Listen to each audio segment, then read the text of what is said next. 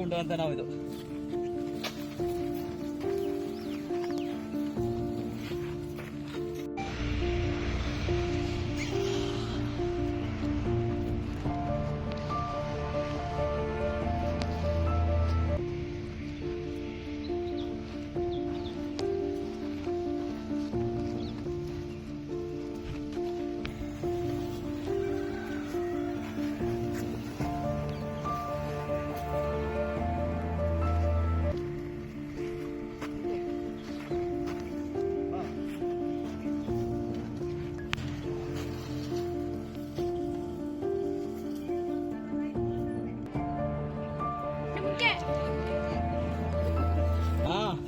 ಊಟ ಉಂಡ ಗುಂಡು ಅಂತ ನಾವು ಇದು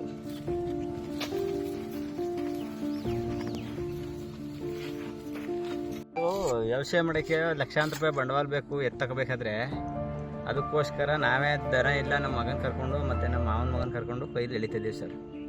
ಏನು ಮಾಡ್ತಿದ್ದೀರಿ ಇಲ್ಲಿ? ಪೈರು ಬೆಳೀತಾ ಇದ್ದೀವಿ. ವ್ಯವಸಾಯ ಇದು ಕೈಗೆ ಬಂದ ಗೊತ್ತು ಆದರೂ ಕಷ್ಟಪಡ್ತಾ ಇದ್ದೀವಿ. ಕೈಗೆ ಬಂದು ಬರೋವರೆಗೂ ಅದು ಭೂಮಿ ತಾಯಿಂದ ಬಂದ್ಮೇಲೆ ನಮ್ಮದು. ಎಷ್ಟು ಎಕರೆ ಇದೆ ನಿಮ್ಮ ಜಮೀನು ಸರ್? ಒಂದು 2 ಎಕರೆ ಐತೆ.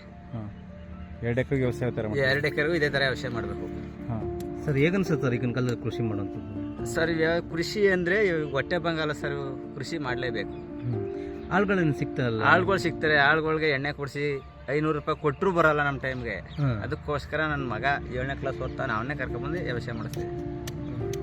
ಈಗೇನೈತ್ರ ಬಾಯಿ ಲಾಭ ಅನ್ನೋದೇನು? ಈ ಲಾಭ ಕೈಗೆ ಬಂದಾಗ ನಾವು ತಟ್ಟೆಗೆ ಇಟ್ಕೊಂಡೆ ಊಟ ಮಾಡ್ತೀವಲ್ಲ ಆ ಥರ ಇದು. ಇನ್ನೂ ಇದು ಏನಪ್ಪ ಅಂದರೆ ಮಕ್ಳ ಥರ ಇದೆ. ಇನ್ನು ಮಕ್ಕಳು ನಮ್ಮ ಕೈಗೆ ಬಂದು ವ್ಯವಸಾಯ ಮಾಡ್ಕೊಡ್ತಾರಲ್ಲ ಅಲ್ಲಿವರೆಗೂ ಮಕ್ಕಳ ರೀತಿ ನೋಡ್ಬೇಕಿಂತ. ಎಷ್ಟು ದಿನ ಬೇಕು ಸರ್ ಬರೋಕ್ಕಿದು? ಸರ್ ಇದು 3 ತಿಂಗಳು ಬೇಕು.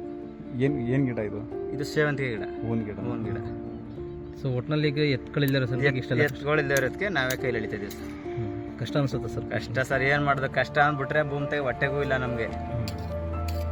ನಿಮ್ಮ ಹೆಸರು? ರಾಮೇಗೌಡ.